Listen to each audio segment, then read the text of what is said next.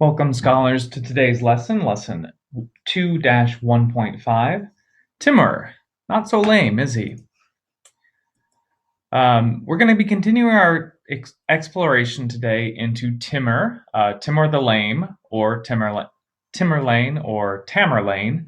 Lots of names for this guy. We're going to stick with the name Timur, being the Persian Turkic name that he had. Just know that a number of sources will list him as Tamerlane, which is another one of those common names. Now, Timur the Lame is recorded in those European histories as Tamerlane. He was Turkic-Mongol, member of the Barlas tribe. The Barlas tribe was Turkic prior to the Mongol invasion, and they intermarry with the Mongols. If you remember from yesterday, he rose significantly within this Mongol Western Kajitai Khanate as a capable military leader and as an administrator. And he rose so quickly and so well that shortly after he became the head of the Barlas tribe, he was able to accumulate enough power around himself that he was more powerful than the Khan. If you recall, though, he did keep the Khans around. So for a while, it is still the Khanate. Now, he does not take the title of Khan. He takes the title of Amir, which is a Muslim title that roughly translates to general or admiral or prince. It has a number of translations that come through, but we've stuck with the military general translation. And in his early years in power, his greatest threat does come from other Mongol Khans, most particularly the Golden Horde. They see him as exactly what he is, a non-Mongol leader who has assumed authority over this Mongol territory. And initially they are quite displeased with this, but Timur kind of temporarily eases their concern with this by allying with the Golden Horde. The Golden Horde was having some trouble with the Russians at the time, and Timur offers his assistance against the Russians. And this temporarily improves the relationship with that Golden Horde, although that will be a problem for Timur coming up. But with this presumed peace with the Golden Horde, Timur takes this opportunity to expand into Persia, and he does move his armies south into Persia, and he does so in typical Mongol fashion. He's going to first offer peace, offer friendship, of course, friendship in exchange for tribute. But the Persians, they've been through this before. They've been invaded by Mongols before, and they know how this works. And they do initially accept that peace offer. But one particular city, and a few cities in total, do later rebel against the rule of Tamerlane, Timur. Isfahan was one of those, and we're going to take a closer look at this city because culturally it becomes really important when we study the Safavid Empire. But during the time of Timur, it did rebel against him. He did destroy the city. He did order the massacre of 200,000 citizens. So this was not a good time for Isfahan. It was when he was in Persia that his real problems with the Golden Horde kick off. The Golden Horde is going to take advantage of this invasion into Persia, and they're going to start pushing into the Western Kajitai lands and start to take away some of that land from Timur. So as Timur is pushing south, he's facing pressure from the Golden Horde in the north. He does, however, subdue Persia fairly quickly, which enables him to respond to the Golden Horde. And this winds up being a really bad thing for the Golden Horde because he leads 100,000 warriors straight north, right into the heart of the Golden Horde, smashes them in battle, just absolutely crushes them, despite being outnumbered. Is going to burn their capital city. It's going to capture and execute the leader of the Golden Horde. And this does temporarily lead to a fragmentation of the Golden Horde into a number of different khanates. It will reassemble itself. We mentioned in our lesson on the Golden Horde that they break apart and rejoin a few times, But this fragmentation, particularly the one caused by the invasion of Timur, really does shatter the power of the Golden Horde. And we start to see these other khanates start to assert more permanent independence from the Golden Horde.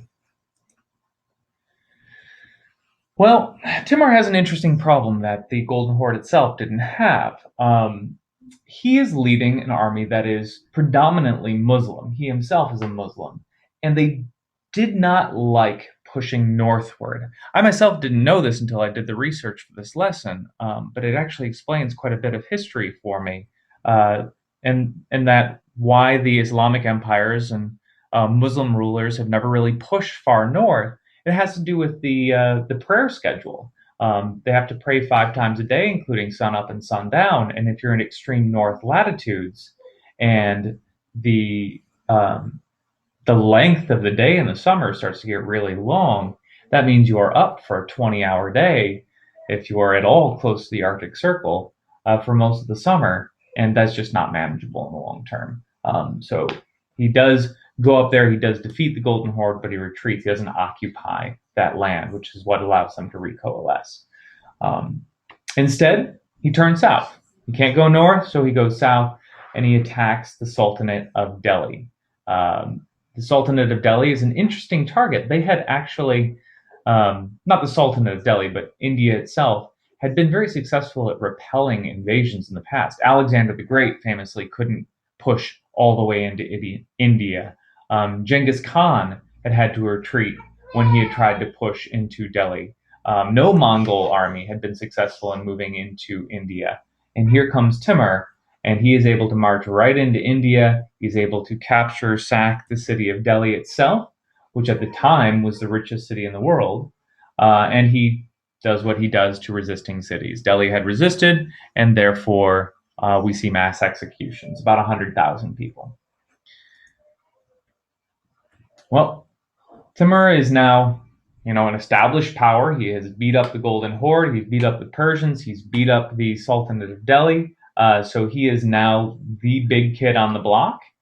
And his next target becomes this emerging big kid, the Ottoman Empire. They weren't yet an extremely powerful empire, but they were getting there. They were definitely getting there. Now, Timur sees the Ottomans as really pushing out the power of the Seljuk Turks. We learned about the Seljuk Turks during the time of the Crusades. The Seljuks initially had been allies of the Mongols. They had accepted Mongol leadership. They had paid their tribute and then been loyal friends of the Mongols. And later the Turks themselves were pushed out. So Timur wants to come in, seeing himself still as a Mongol leader, and he wants to return the Seljuks to power. And he's going to claim leadership over all Turkic people in order to do this. So the Turkmen, the Turks, join with Timur, and they attack the one Turkic group that didn't acknowledge Timur, the Ottoman Turks, and they attack that empire. Now, Timur's wage against the Ottomans is successful. We see at this time Timur's empire is huge. It's quite substantial empire, occupying Iraq, Iran, Afghanistan, Pakistan, most of the Central Asian countries. We have Tajikistan, Kyrgyzstan, Uzbekistan, on into Georgia and a few of the others. It's a really very large empire, and it's going up against the Ottomans and is very successful against the Ottomans. The Ottoman army is defeated and they keep getting pushed back. The Ottoman Sultan is captured and killed, and the Ottomans actually have to retreat all the way to their small European holdings. Now, notably at this time, the one thing in the center of the Ottoman Empire that's not under Ottoman control is the little city right here of Constantinople. Constantinople is still held by the Byzantines, but it is one teeny tiny speck in the middle of this empire that is still Byzantine. Now, Tamerlane may have even pushed into Europe at this point, but the Venetian and Genoese navies really do keep him from doing that. And without a strong navy of his own, he stops that westward advancement, the Ottomans are actually able to reestablish some of their control back over Anatolia, even during Tamerlane's life. Well, Tamerlane the Unstoppable eventually is stopped, as happens to most leaders. They come up against something that they just can't quite handle, and we're going to learn about that a little bit. Timur had a goal of reuniting the entire Mongol Empire. He wanted to be the next Genghis Khan. He wanted to get the Golden Horde and the Khajiit Khanate and all of those other Mongol people to recognize him as the main authority. But in the meantime, the main Mongol Empire, the strongest one that had continued to exist, the Yuan dynasty in China, this was initially under the leadership of one of Genghis Khan's grandchildren, has been overthrown. And the Ming Chinese dynasty has reestablished its control over most of what was once Mongolia. Timur is going to target them next. So he is going to make a march. He's going to pass through the Delhi Sultanate. He's going to go south of the Himalaya Mountains and invade Ming China. But he does die of the plague on the way. So what finally stops Timur is not a rival empire. It is not a rival army. It is the plague. Timur dies, and almost immediately his descendants start to bicker and argue with each other. They're going to continue his empire for a while. The Timurid Empire doesn't disappear overnight.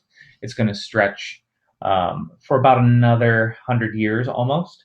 But most of their fighting is not external, is not pushing their boundaries outward. It is instead internal fighting and civil wars amongst his descendants for control of the empire.